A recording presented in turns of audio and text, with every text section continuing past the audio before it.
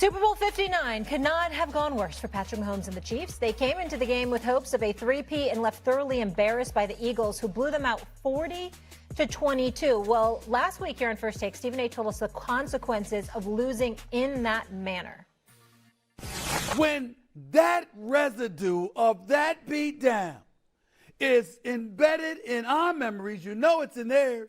And all I'm saying to you is, the aura of invincibility came along with their success. And I'm saying that has gone away now. Now you're looking at them like, if we could just get to him. If we could just find a way to get to him just a second quicker. I mean, we could do something. I'm just saying, if you're an opponent in the National Football League, you don't look at them with the same aura of invincibility that you were looking at them before that beatdown. And I know they got beat down against the Tampa Bay Buccaneers, but that one, you remember, that was COVID, you know, or there's so much that happened in that season, you know. This was different last year. Canty, I think this is a really interesting question. Do you actually now think Patrick Mahomes and the Chiefs are more scary because of the fact they got beat down, resiliency, or less scary, like Stephen A. was saying, in terms of seeing the vulnerability? Oh, Molly, they're scarier. Make no mistake about it. Because we all understand winning is the ultimate deodorant. There are so many deficiencies, so many blemishes that get covered up when everybody is celebrating championships. But when you lose and when you get embarrassed, that's when everybody gets back to basics. That's when you go back to the foundational principles that elevated you in the first place. And that's the offseason that Brett Veach, Andy Reid, and the Kansas City Chiefs have had. They re-signed guard Trey Smith. They went out and they drafted Josh Simmons in the first round. They put Suamatea at left guard. They went out and added another pass catcher for Patrick Mahomes in the middle rounds. And oh, by the way, that defensive front seven that got pushed around in the Super Bowl by the Eagles, they used 3 draft picks on that front seven alone. So the Kansas City Chiefs are not ignorant to the things that undermined them having success in the big game last year. And that's what makes it a scary proposition for them coming into this season. How often can Patrick Mahomes say he came into a season with a chip on his shoulder? Not very. And so the fact that you had that embarrassment coupled with the successful offseason that the Chiefs have had makes this a scary proposition to face the Chiefs in 2025. Stephen A., far scarier? Mahomes is a stud. He's one of one. He's spectacular. We get all of that part. But let me throw this analogy out to both of y'all. CC, Woody, let me ask y'all both a question.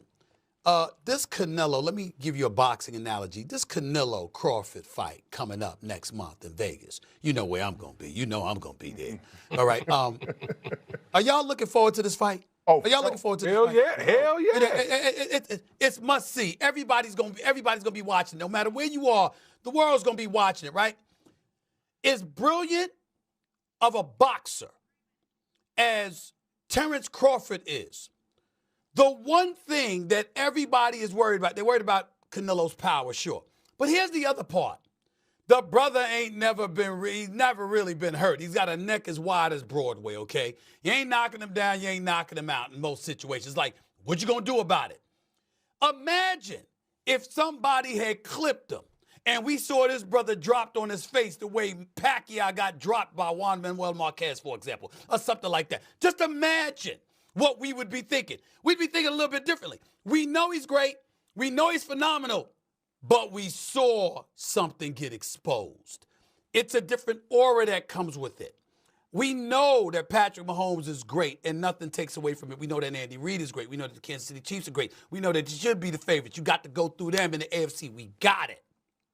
But the flip side to it all is that when you get your ass kicked, the way they got their ass kicked, is just a different feel, y'all.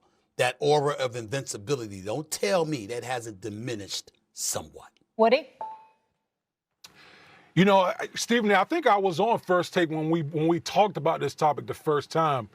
And, you know, I went back and I thought about it, and, you know, what you said makes a lot of sense. I think that you can never underestimate the human psyche. And what I mean by that is that visual of the Philadelphia Eagles kicking the Kansas City Chiefs' ass up and down the field for 4 quarters, for a lot of players around the league, that leaves a mark.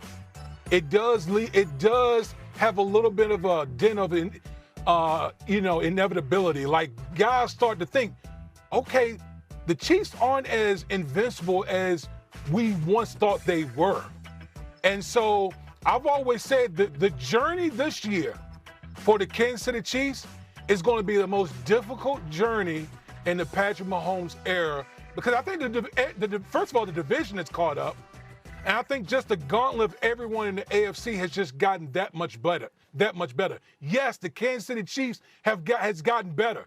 I thought we saw the worst version of the Kansas City Chiefs in the Patrick Mahomes era as well. But I do think that the human psyche, after watching that Super Bowl, I think guys will look at that and say, dog, we got this.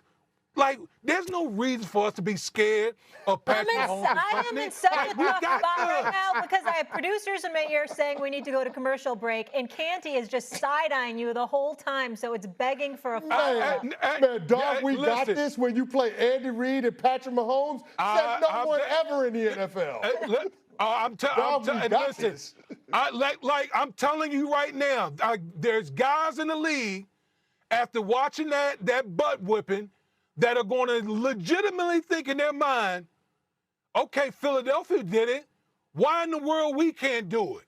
I'm not saying I'm not saying that they're going to do it, but I'm just saying from a psychological standpoint, I guarantee you guys are thinking that. Quickly, gentlemen. Canty's in no position to argue this. When Canty was going up against, when they were going up against the New England Patriots, everybody thought that the Patriots was going to have them. But the Giants was like, oh, we going to get to Brady. We'll see. We're going to make that brother tap dance in the pocket. We'll see what happens then and what happened. Not one, but 2 titles. 07 and 2011, y'all got titles against the New England Patriots because you can get to Tom Brady. Right now. Yep, he absolutely is. And how'd that work out for those New York football Giants? We had a parade in New York City. Pretty damn good. Yeah, all right. Something that reporters hate to do, and that is guess. Do you expect Trey Hendrickson to be on the field when they open the season against Cleveland in 2.5 weeks? So I think the situation gets resolved. Whether he's on the field against Cleveland it gets into how much time does he need to get ready and football shape, all that kind of stuff. We're running out of that time, right? Like if it doesn't get signed till this time next week, then you probably don't have time to get him on the field for week 1. If it happens today or tomorrow, then maybe he can play a little bit in week 1. We'll see. I think it gets resolved. It's the when that will determine his availability for the Browns. But I mean, we're that level of late early here already, right? Yeah, and they've routinely got out to slow starts. 6 years, Zach Taylor as their head coach. They're 1-11 correct in the first 2 games. Not great. They open with Not great.